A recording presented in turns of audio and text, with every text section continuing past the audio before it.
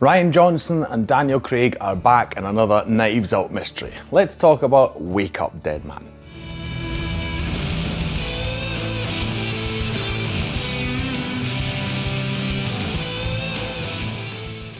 Hi, my name's Stu and welcome to another review video on Flying Wiener. Now, I have to disclose this straight away. I really love the Knives Out films, including this one.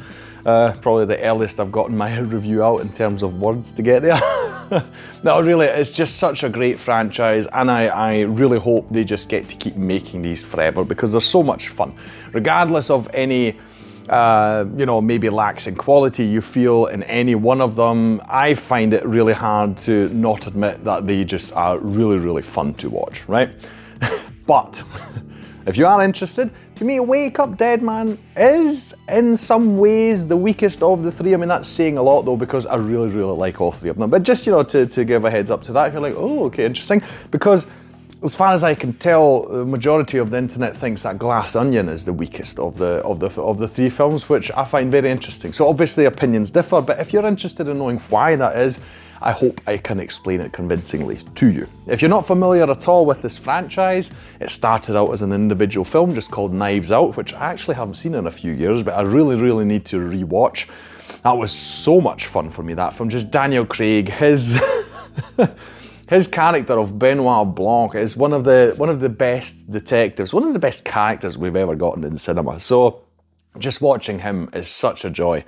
And He's a detective. He's one of these typical like Agatha Christie type, detectives. All the ones that you can think of, whether it's Miss Marple or you've got, I can't even think of the names right now off the top of my head, but these classical detective stories. He's something along those lines. So Rian Johnson came up with his own version of this. And I think it's wonderful because I think most people enjoy a really good murder mystery, don't we? I mean, it's just fun sitting there trying to go, okay, who did this and who's the murderer and how did they do it? And yeah, and on top of everything, the detective is a lot of fun. I mean, that just really enhances your experience. The second one was Glass Onion, which came out, I think, was it 2022? Covering some pandemic topics. Maybe that's why it's not so popular. I don't know. I didn't mind the slight pandemic stuff going on in it. Yes, and now we've got Wake Up Dead Man. Yes. Just as far as that's how far the franchise goes up to this point. I'm actually not aware at this point whether Rian Johnson has already signed up to do more for Netflix, whether Netflix wants to do more. I sincerely hope so, because again, it's just such a fun franchise, and they're not boring in any way, right? But before we get into it, let's talk about the plot. Now, importantly, you don't have to see the first two films to get this one. They're all their own story, each individual one is a self-contained story, so obviously it just heightens your enjoyment seeing Blanc more than once, but yeah, you can watch them individually, just like this one. Wake Up Dead Man focuses on this priest. He's played by Josh O'Connor, Father Jude. He gets, because of a violent altercation, he gets sent off to this to this church in New York, where you've got this other Monsignor Wicks, played by Josh Brolin. Kind of got Josh Brolin all over the place. Now, last week I talked about weapons, where we've got him, now we've got him again. It's weird. Anyway, this guy, this priest has got a real hold on his community, and he radicalizes them a lot. He's not a nice guy. He's very difficult to describe, but he's very obnoxious. He's very sure of himself, and he's as soon as you are introduced to him in the film, you learn why, right? Anyway, so Father Jude is just trying to move this community to become a better place, a better place for people, just a better community as a whole. And as you can imagine, Monsignor Wicks is against this. Various circumstances happen, and as you can imagine, this is a murder mystery. Father Wicks dies under circumstances which are described as the impossible crime, right? That's all I'll tell you. Obviously, I won't go into specifics. I would spoil your amusement. The local police is investigating, and they bring Benoit Blanc along, who's in the area, and he takes an interest in this death, this murder, and this is what we see, right? The whole community, because they are so agitated, or were so agitated by Monsignor Wicks, accuse Father Judd because they're like, he's the obvious guy to have done it, you know, trying to rid the community of what he perceives as a big evil. And no one really believes otherwise except Benoit Blanc. So he gives the father the opportunity to clear his name and the two go on this adventure together. That's basically all I'll tell you about the plot. That's all you need to know. One priest dies, another priest is accused of doing it by the whole community basically, and there's no one on his side except Benoit Blanc. And how it all develops, you'll have to find out for yourself. Yes, so what I really do like about this film, besides Daniel Craig's Benoit Blanc, I mean, he's just amazing. Every scene he's in, he's really a scene stealer, because there's always so much comedy involving his character, because you're like, is he ever serious? Because he never seems serious, you know? He's got this funny southern drawl going on with his voice, which is amazing by itself. And they have many in this one particularly, very deliberate comedy scenes, you could call them, you know, just the way things evolve. You're like, this even seems a bit untoward in this situation, you know, not quite appropriate, but a lot of fun, right? A lot of fun. So he is amazing. There's no, you know, I don't think I need to talk much more about Daniel Craig. But Josh O'Connor, he is amazing. I've liked him in a few things now, whether it was his stint as Prince Charles in The Crown, or I talked about a film called Challengers on this channel before, which I really liked as well. He plays one of the main roles in that. He is an incredible actor. And this film wouldn't be half as good if he weren't there, because he really carries the film. He is our main character. It's a Knives Out mystery, but we really are focused on Father Judd throughout the whole thing.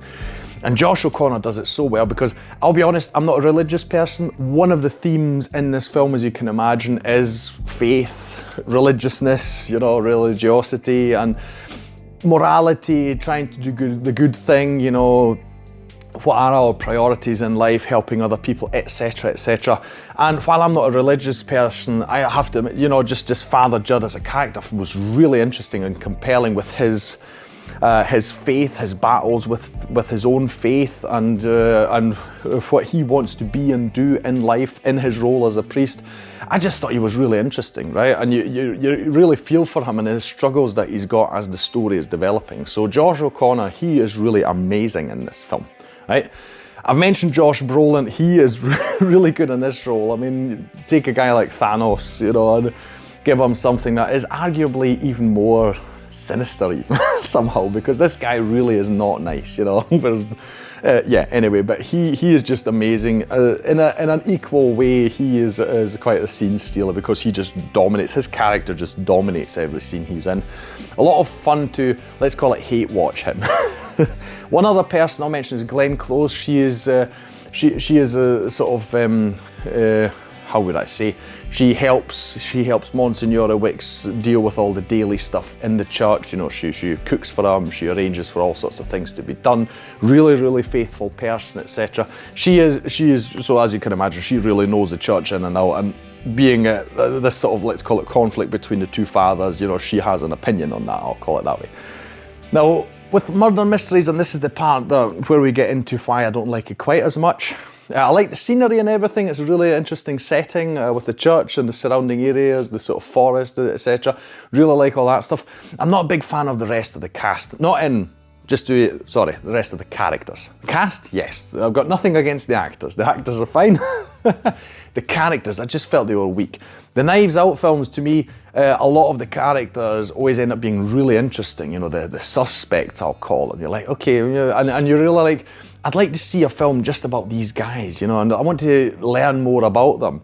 Here in this film, that really wasn't the case. So there are quite a lot of characters who are like, I don't really feel interested in them, and I don't really care whether they are the killer or not, you know. And my wife had a similar experience. It's like, you don't really care for these other people, and that kind of lessened my enjoyment of the film, because you have all these scenes involving these other people, and although you've got great actors portraying a lot of them, you know, if not all of them, you're just like, meh. You know, and that's kind of sad. That's a shame, you know. Again, just to stress it, the actors do a great job. It's just the characters, to me, they weren't interesting enough for me to care about them, and that's the one big drawback I have, at least in my memory. You know, again, I mentioned Glass Onion. Many people didn't like Glass Onion. I thought the characters were a lot of fun. The characters in Glass Onion, to me, were a huge part of my personal enjoyment, but obviously subjective taste, etc. But that is my really big gripe about the film. Other than that, it's a fun mystery. I've actually rewatched it, and it makes for a nice second watching. So I really enjoyed that, because you do notice various details and you're more attentive to certain things that happen. You notice things that were very obvious, and you're like, how did I miss that the first time round? You know, it's very interesting. I must say, the films are clever, right? So I really enjoyed the film. Just, you know, some of the characters were like meh, but again, I like all of these films, so I hope we get to see more of them. If you haven't checked out Wake Up Dead Man, definitely watch it. Like I say, it is a lot of fun. Yeah, right. Especially, I mean, if topics like faith interest you, I'm sure this would even, you know, maybe take you to an even higher level of enjoyment for yourself, right? But that'll be all from me today. If you liked this video, please enjoyed it, liked it, whatever, like, share and subscribe. It is the best way to support this channel. Leave a comment down below, this or any of the other Knives Out films. I'll try and dig out my review of Glass Onion. I'll put it here, a link to it anyway, if I can find it. But yes, anything you want to say about this film, please share it down below. I actually think now, I have to have a look, but maybe Knives Out was one of the first films I actually did for this channel, maybe. I'll have to have a look. I'm not quite sure, I think so. Who knows, if I find that, maybe I'll put the thumbnail up here, one of those really old thumbnails from 6 years ago or so. Anyway, never mind. Leave a comment down below with anything you want to say about any of this, me rambling on, whatever it is. I'll thank you for watching this video, and I'll see you in the next one on Flying Wiener. Take care, bye.